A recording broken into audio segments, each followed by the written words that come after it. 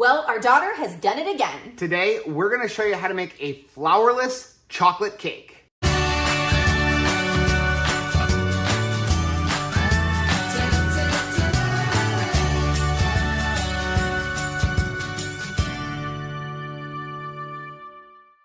Hey, what's up, family? I'm Rachel. And I'm Joe. And we are Two Crazy Ketos. And if you're new to our channel, welcome. Here on Two Crazy Ketos, we do different things like product reviews and we do recipe videos.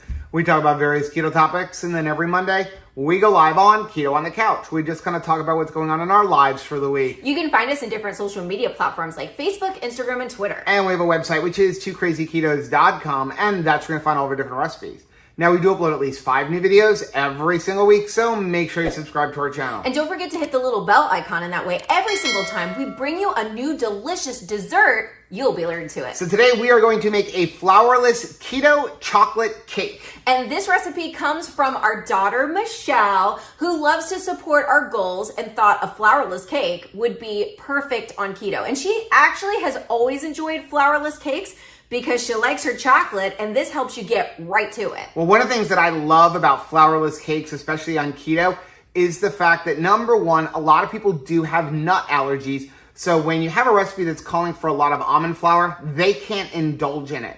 The other thing is that we forget that almond flour is ground up almond. And a lot of them. So when you start making a lot of recipes with almond flour, you're adding in a tremendous amount of fat, a tremendous amount of carbs, and a tremendous amount of calories. So having something that's flourless kind of eliminates that big portion of it. Now, I do want to say this cake is not that fluffy birthday cake that you may have had pre-keto. This is more of a combination of a lava cake and a brownie. It's super moist and fudgy on the inside. But that's the type of cake that I really enjoyed. Like if we would go to Outback Steakhouse, I always got like the chocolate thunder from Down Under. It's kind of like that cake, and I think that it pairs fantastic with the ice cream that we make in our creamy. Yeah, and the nice thing about this is it is super rich, so you don't need a big giant piece. You're going to be satisfied with just a small thing. Now, I do want to say this is a super easy recipe to make. How easy is it? It is so easy that even Rachel could make it. Wow. I'm excited about this one because I do love chocolate cake, and I would love to be able to serve this at our next fat family gathering and not rely on somebody like Michelle who cooks better than me to bring it to the family gathering. So let's get started. First thing you want to do is go preheat your oven to 350 degrees. So let's get into the ingredients we're going to need. The first thing we're going to obviously need is some chocolate. And what we're going to do is we're going to use some just baking chips. You can pretty much use any brand you want, so long as they're keto friendly. Personally, stay away from things like just the sugar-free Hershey ones because they usually have maltitol. You want to look for like these stevia sweetened ones. You can get the ones from Chalk Zero. You can get these Lily's ones. You can even get these. We get these at Walmart. These Bake Believe ones. I really, really like these. So we're going to use some chocolate chips, and you can use dark or milk, whichever kind you want. Next thing we're going to need is some cocoa powder. Chocolate.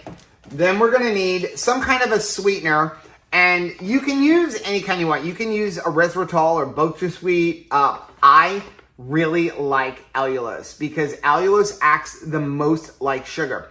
The biggest downside of allulose is the fact that it's only 70% as sweet as sugar, but because we're using a bunch of chocolate chips, you're not going to really need to up the sweetness anymore. But if you really wanted to up the sweetness, you can always add in a little bit of liquid sucralose or a little bit of liquid stevia. A lot of people do ask, what brand allulose do we use? Whichever one is cheapest on Amazon at the time that I need. We are not brand loyal. The biggest thing you want to do is look for one that the only ingredient is allulose. Some of the ones that you're going to find either in the store or on Amazon are allulose mixed with other things. And you want to look at the ingredient label, and the only thing you see is allulose.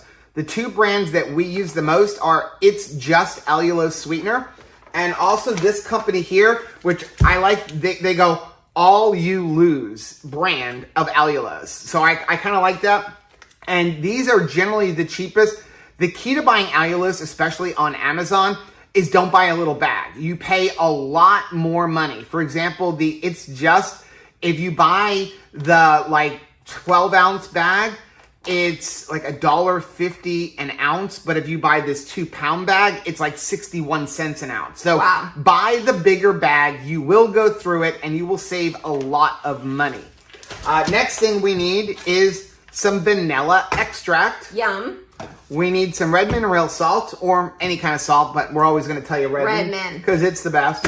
We need a couple of sticks of butter. Salted. And then we need a whole bunch of eggs. We've got 6 eggs here. Look at the size of that. Some of them are big, some of them are small. So I got some small ones from the backyard, and then we supplemented with some eggs. These came from a pterodactyl. Trader Joe's, and we had gotten them. I like to buy the jumbo eggs to make our PSMF bread, Maria Emmerich's bread. So that's all the ingredients. Let's put all this stuff to the side, and we'll get into it. Okay, so first thing you're gonna need is a bowl, and this is really, really easy. What you're gonna do is you're gonna take 2 cups of chocolate chips, dump them in the bowl.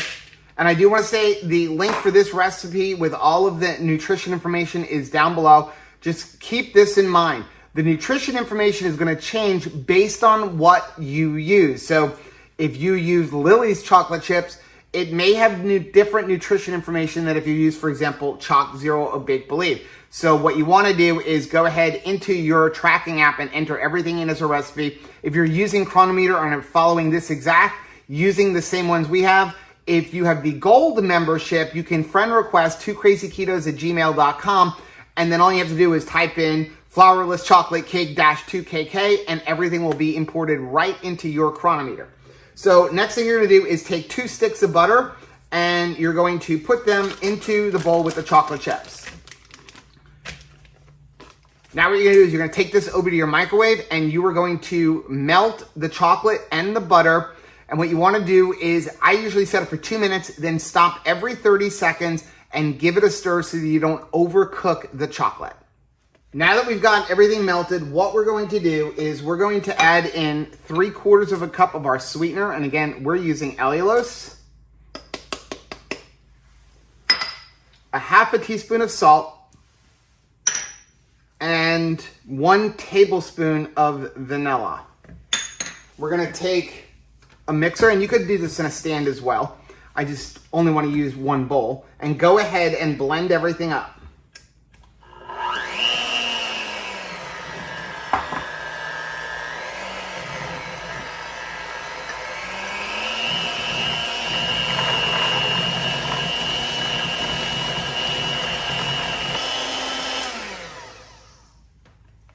Okay, once everything is all mixed up, what we're gonna do is we're going to add in our eggs 1 at a time. So we'll go ahead and get the mixer started, and I'll crack the eggs in for you. Hey, Miss Lefty, use your right hand. There you go.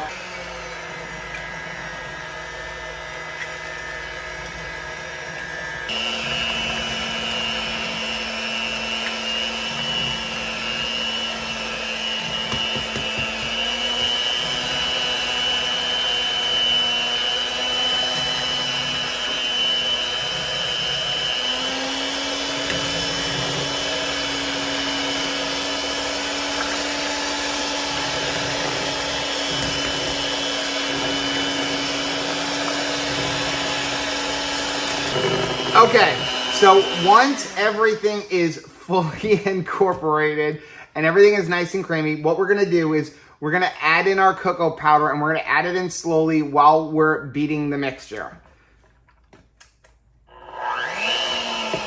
Now what you wanna do here is start it on low so that you're not spraying the cocoa powder all over the place, and you wanna get everything mixed in, but don't over mix it. So just get everything really blended. So get it up on a high, make sure everything's fully incorporated, and then you're gonna be good.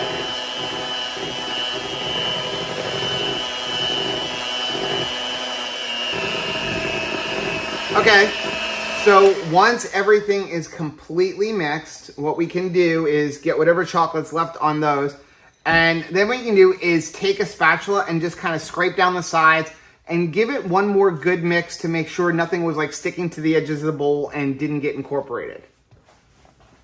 This is a fun way to get your eggs in. Oh yeah, because you're dealing with a lot of eggs. Okay, now what we're gonna do is we're gonna take a pan, And you can either use a square pan or a round pan. And what we're gonna do is we're gonna lightly coat the bottom with a little bit of like some kind of a grease. You can use butter, you can use the spray avocado oil. And once you have some kind of a grease on the bottom to prevent it from sticking, what we're gonna do is simply take the batter and pour it in here. Now, one thing is this is a lot thicker than a traditional cake batter. So you're gonna have to kind of put it in and then spread it out a little bit.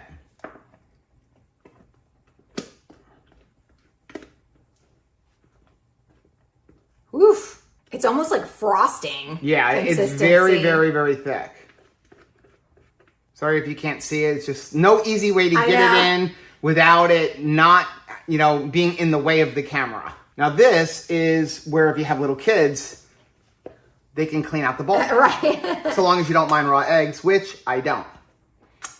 Oh yeah. There you go. Fudgy deliciousness. That tastes so stinking good. So go ahead and just smooth it all out the best you can. You can even give it a little tap if you want to make sure you've got all your air bubbles out. Just don't break your granite. Now what we're gonna do is we're gonna go into the oven, 350 degrees, for about 25 minutes. And you want it to be slightly jiggly in the middle. So we actually already have one. It's already made, but I overcooked it a little bit. And what happens if you overcook it, it will crack on the top. It still tastes delicious. It's just got that crack on the top of the cake. So we're gonna go ahead and stick this in the oven and we'll be back in 25 minutes. Okay, cake is done. Now, we were actually in the process of filming another video, and so the timer went off. We quickly turned off the oven, but I left it in the oven. So even here, it was probably in the oven just a couple minutes too long, and you can see it did develop a little crack, but that's okay. That's just visual. It's not affecting the taste. We didn't burn it or anything like that. So again, I'm gonna leave a link down below for the recipe, along with all the nutrition information. Again, I wanna say, this is very rich. So we're going to attempt to cut this into 16 pieces. I think 16, right? Yeah. So we're going to go, let's see. Oh, yeah, I like that. That would be 4. 4 and 4. And then we're going to go 4 again. I am never good at getting this perfect. So somebody ends up always with bigger pieces. You don't want me serving your wedding cake. You just don't.